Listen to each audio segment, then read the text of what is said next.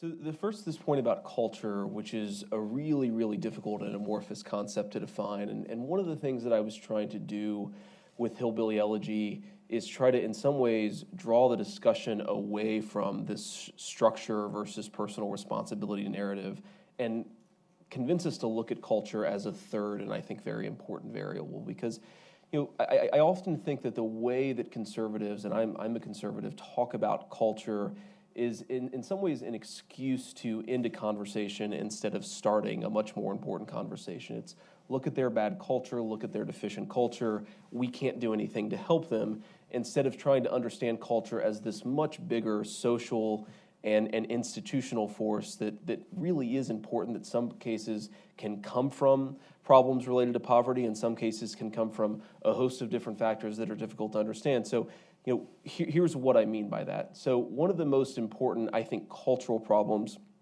that I talk about is the prevalence of family instability and family trauma in some of the communities that I write about.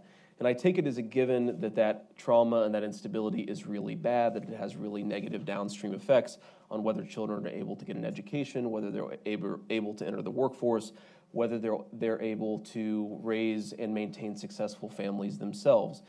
Now, I think it's tempting to sort of look at the problems of family instability in families like mine and say there's a structural problem. If only people had access to better economic opportunities, they wouldn't have this problem. I think that's partially true, but also consequently partially false. I think there's a tendency on the right to look at that and say these parents need to take better care of their families and of their children, and unless they do it, there's nothing that we can do. And I think, again, that is maybe partially true, but it's also very significantly false. And what I'm trying to point to in this concept of culture is we know that when children grow up in very unstable families that it has important cognitive effects. We know that it has important psychological effects.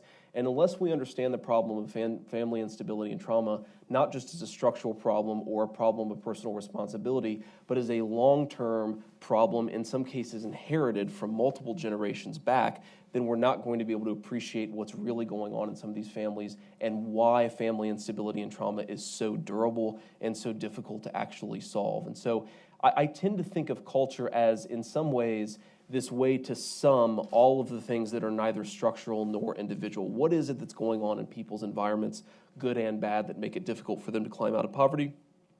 What are the things that they inherit, not just from their own families, but from multiple generations back?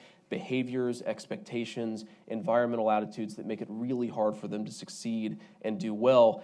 That's the concept of culture that I think is most important, and also, frankly, that I think is missing a little bit from our political conversation when we talk about these questions of poverty. We're really comfortable talking about personal responsibility. We're really comfortable talking about structural problems. We don't often talk about culture in this way that I'm trying to talk about it in Hillbilly Elegy.